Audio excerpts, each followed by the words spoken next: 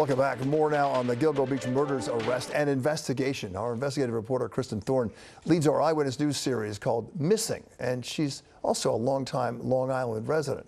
So the Gilgo Beach case is an interesting cross-section of her work. And when we sat down today to discuss all this, we realized quickly there might even be more crossover than we thought.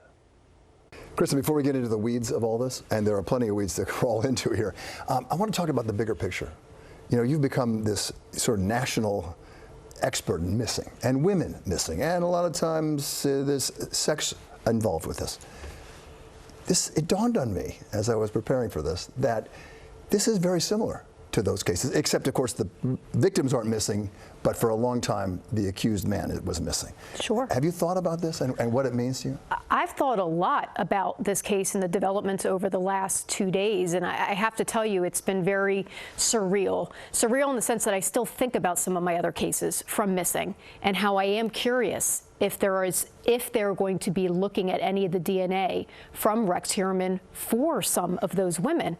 At least one of the victims that we covered was involved in sex work before she disappeared, and quite frankly fits the profile that he may have been interested in. And so that's been the thought of mine all weekend. Have you talked to the family in that case yet? I have not. Yeah, interesting, because today the NYPD is saying we're going to start digging deep and looking at the DNA that they got from a pizza, the crust, yes, and the crust from it, and look at all the cold cases and see where they go with this. They have to, because they have to be able to determine if he was involved in any other case. I mean, we're talking about a potential serial killer here, right? So we do not know if the really the fourth woman, Maureen Brainerd Barnes, who they also are probably going to end up charging him with as well.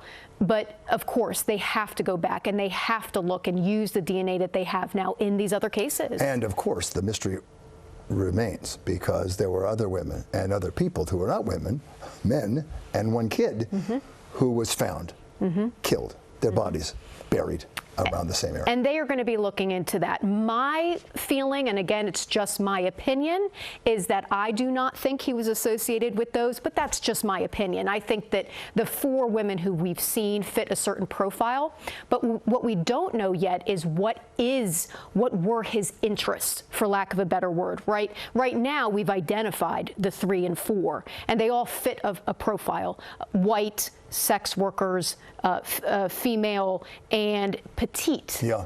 So we don't know yet if he will be connected to those other ones. For me, I'm not exactly sure, but investigators have made it clear they are absolutely going to look into that. And if he is not connected to those 6 other remains, they will continue to keep this task force together to find who killed those other individuals. He gave, the accused killer, gave an interview to a German reporter.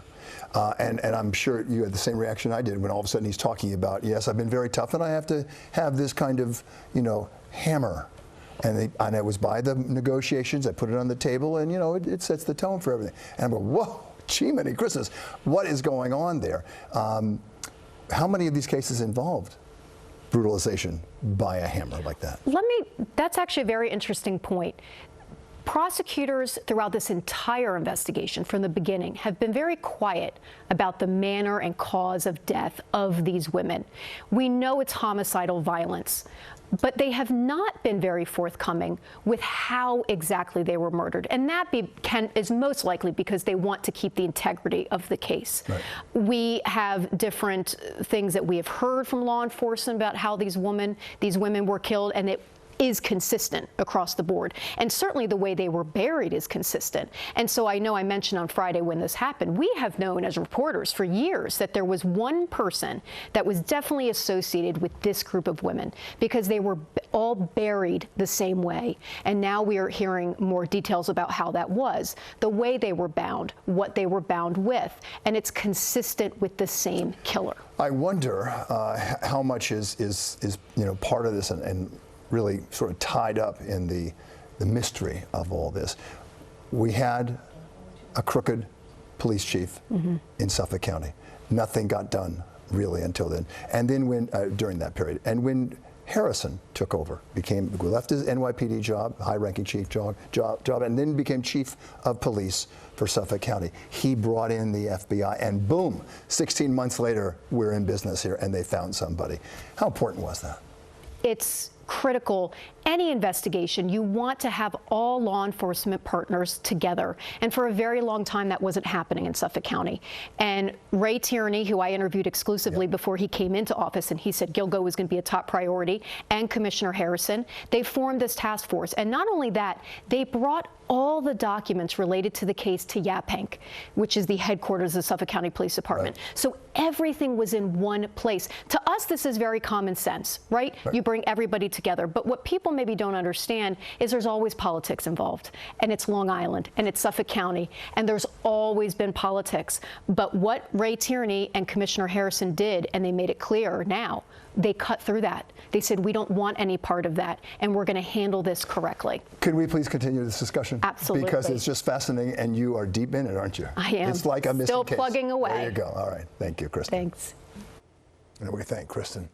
Stay with Eyewitness News for continuing coverage of this ongoing story. It is still very much alive. Lots of information to come out. You can find updates on Channel 7 and on our website anytime. We'll be sure to send out any alerts as they happen.